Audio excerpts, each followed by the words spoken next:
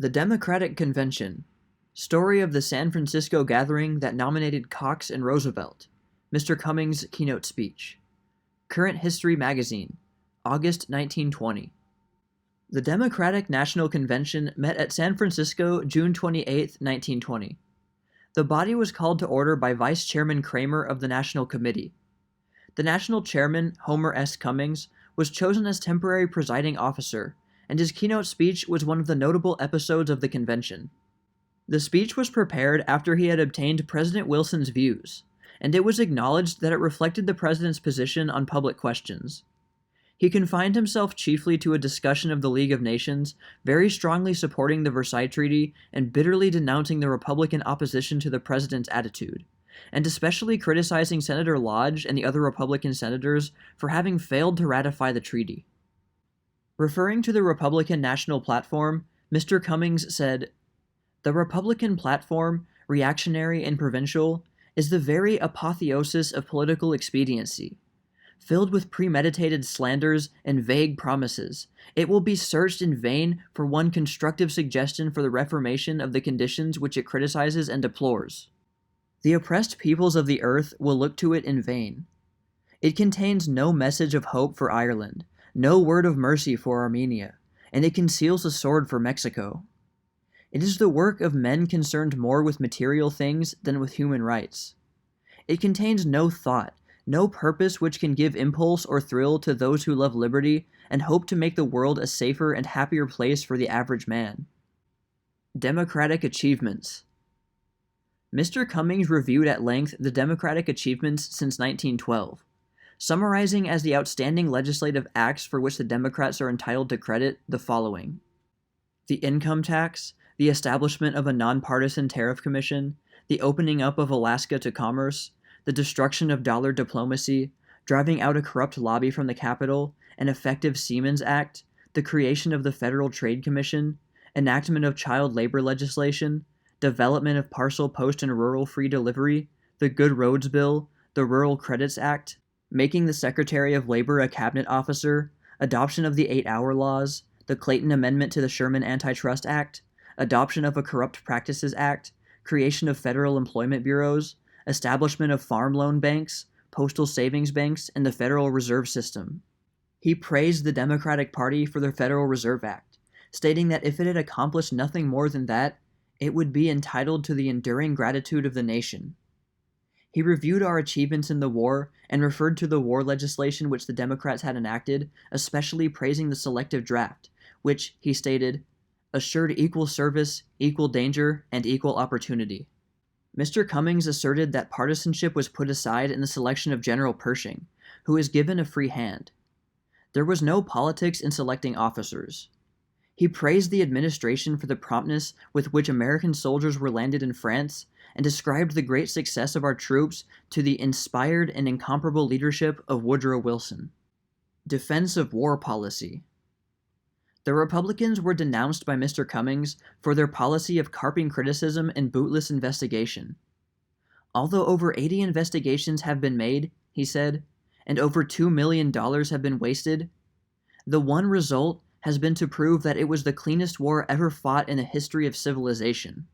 Through the hands of a Democratic administration, there have passed more than $40 billion, and the finger of scorn does not point to one single Democratic official in all America. He defended the cost of the war, saying that, "We bought with it the freedom and the safety of the civilization of the world." He answered the charge of non-preparation by asserting that democracies are never prepared for war, and affirmed that the Democratic legislation prior to the period of hostilities had prepared the country for the record that it made during the war. He criticized the Republicans for failing to pass Reconstruction measures and for failing to settle foreign and domestic questions. He asserted that the opposition to the Versailles Treaty was instigated by personal animosity, inexplicable jealousy, political malice. President Wilson defended. Ascribing the illness of the president to his superhuman labors, Mr. Cummings continued. As he lay stricken in the White House, the relentless hand of malice beat upon the door of the sick chamber. The enemies of the president upon the floor of the Senate repeated every slander that envy could invent, and they could scarcely control the open manifestation of their glee when the great man was stricken at last. The Congress was in session for months while the president lay in the White House, struggling with a terrible illness and at times close to the point of death. He had been physically wounded just as surely as were Garfield and McKinley and Lincoln, for it is but a difference of degree between fanatics and partisans. The Congress, during all this period, when the whole heart of America ought to have been flowing out in love and sympathy, did not find time, amid their bickerings, to pass one resolution of generous import or extend one kindly inquiry as to the fate of the president of their own country.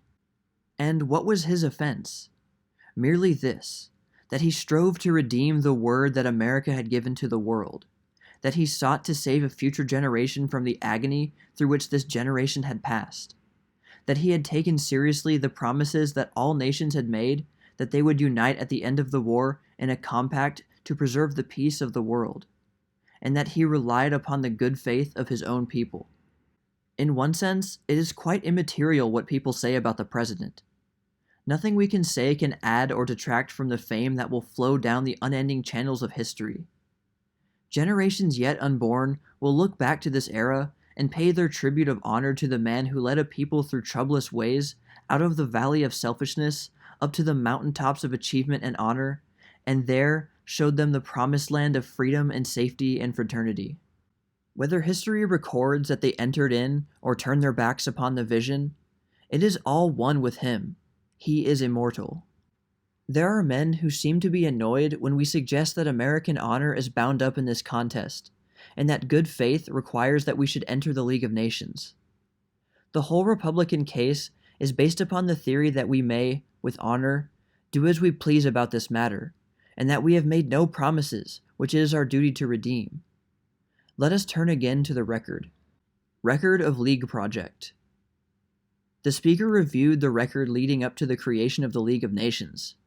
He stated that both the Republican and Democratic parties had declared in 1916 for the pacific settlement of international disputes, that the President on December 18, 1916, proposed the creation of a League of Nations in a note addressed to the nations at war. The Central Powers answered this note evasively, but the Allies on January 10, 1917, declared their wholehearted agreement with the proposal. He quoted from the President's Senate speech of January 22, 1917, defending a definite concert of power, which will make it fairly impossible that any such catastrophe should ever overwhelm us again. From the President's war message of April 2, 1917, he quoted the phrase, "a war against war," and "a universal dominion of right by such a concert of free peoples as shall bring peace and safety to all nations, and make the world itself at last free." Mr. Cummings next cited the President's address before Congress on January 8, 1918, setting forth the famous 14 points, the last of which, he said, is practically identical in language with provisions of Article 10 of the League Covenant, providing that a general association of nations must be formed under specific covenants for the purpose of conferring mutual guarantees of political independence and territorial integrity to great and small states alike. How our honor is involved. He asserted that on November 11, 1918, when the armistice was agreed to, it was concluded upon the basis of the 14 points, and that when the armistice was signed, all the nations renewed the pledge as set forth therein. He added, "Practically all of the civilized nations of the earth have now united in a covenant which constitutes the redemption of that pledge. We alone have thus far failed to keep our word. Others may break faith. The Senate of the United States may break faith. The Republican Party may break faith. But neither President Wilson nor the Democratic Party will break faith. In this hemisphere, the mere declaration of our young republic that the attempt of any foreign power to set foot on American soil would be considered an unfriendly act has been served to preserve the territorial integrity and the political independence of the nations of Central and South America. The treaty pledges all of the signatories to make this doctrine effective everywhere. It is the Monroe Doctrine of the world. The purpose of the League is to give notice that if any nation raises its menacing hand and seeks to cross the line into any other country, the forces of civilization will be aroused to suppress the common enemy of peace. Therein lies the security of small nations and the safety of the world. Objections answered. Mr. Cummings challenged the objection that the League of Nations would involve our country in foreign wars. He replied that we had already become involved in foreign wars through a territorial controversy between Serbia and Austria, and that this occurred before there was a League of Nations. If, in the midst of battle, a league of friendship under unified command enabled us to win the war, he asked, why should not the association be continued in a more definite and binding form? What plausible reason, he continued, can be suggested for wasting the one great asset which has come out of the war? How else shall we provide for international arbitration? How else shall we provide for open diplomacy? How else shall we provide safety from external aggression? How else shall we provide for progressive disarmament? How else shall we check the spread of Bolshevism? How else shall industry be made safe and the basis of reconstruction established? How else shall society be steadied so that the processes of healing may serve their beneficent purpose? Until the critics of the League offer a better method of preserving the peace of the world, they are not entitled to one moment's consideration in the forum of the conscience of mankind. Not only does the covenant guarantee justice for the future, but it holds the one remedy for the evils of the past. As it stands today, war is the one way in which America can express its sympathy for the oppressed of the world. The League of Nations removes the conventional shackles of diplomacy. Under the covenant, it is our friendly right to protest against tyranny and to act as counsel for the weak nations now without an effective champion. The speaker criticized the Republican platform for containing a vague promise to establish another or a different form of association among nations of a tenuous and shadowy character, and added, "There is no mental dishonesty more transparent than that which expresses fealty to a League of Nations while opposing the only League of Nations that exists or is ever apt to exist. Why close our eyes to actual world conditions? A League of Nations already exists. It is not a project, it is a fact. We must either enter it or remain out of it." He named the states that actually signed and ratified the treaty and asserted that the only eligible nations of the world standing outside were revolutionary Mexico, Bolshevist Russia, unspeakable Turkey, and the United States of America. The 6 votes charge. He replied to the charge that the British Empire has 6 votes and the United States 1, by calling attention to the fact that the Executive Council, and not the Assembly, is the governing body, and that the United States is one of 5 countries having permanent membership in the Council, stated that no formative action can be taken in any essential matter without a uniform vote of all members of the Council. He added, "Moreover, the United States insisted that Cuba, Haiti, Liberia, Panama, Nicaragua, Honduras, and Guatemala should each be given a vote, as well as the nations of South America, great and small. Including the nations which are bound by vital interests to the United States, or indeed directly under our tutelage, we have more votes in the League of Nations than any other nation. How could we, in good faith, urge that these nations be given a voice, and deny a voice to such self-governing nations as Canada, New Zealand, and the rest, which, relatively speaking, made far more sacrifices in the war than our own country? It is desirable that all countries should have an opportunity to be heard in the League, and the safety of each nation resides in the fact that no action can be taken without the consent of all." He then bitterly assailed Senator Lodge and other Republican senators, charging them with the defeat of the treaty, stating that they were prompted in this action because it had been negotiated by a Democratic president. He asserted that the treaty was referred to a committee studiously prepared for its hostile reception. "Had the president assented to any charges made by this committee that would have altered its nature," said the speaker, "it would have been a breach of faith with the president's associates in the peace conference and a violation of the American pledges." He denied that the president was opposed to interpretive reservations not incompatible with America's honor and interest. When the president came back from Paris February 19, 1919, bringing the first tentative draft of the covenant, he invited criticism and received 4 amendments from former President Taft, 6 from Senator Elihu Root, and 7 from former Supreme Court Justice Hughes. "These amendments," said Mr. Cummings, "were taken back by the president to Paris, and their substance was actually incorporated into the revised draft of the League." Senator Lodge had refused to offer a constructive amendment. The speaker denounced the Republican senators for defeating the treaty, declaring that the old guard sold the honor of America for the privilege of nominating a reactionary for president. He closed with an eloquent peroration, reasserting the ideals of peace as set forth in the Covenant of Nations. Debating the platform. The convention was permanently organized by the selection of Senator Joseph T. Robinson of Arkansas as chairman. There was a spirited contest before the Resolutions Committee over certain features of the platform, chiefly over the planks relating to prohibition, the League of Nations, and the Irish question. These issues were discussed at all-night sessions, and the committee was in session for 3 days. It finally reached a decision in the early hours of July 2nd. The original draft of the platform was slightly amended by adding the words, "We advocate prompt ratification of the treaty without reservations which would imperil its essential integrity, but we do not impose reservations which would make more clear and specific our obligations to the associated nations." The platform was reported to the convention on Friday, July 2nd, and was debated for several hours. The chief amendments were offered by William J. Bryan.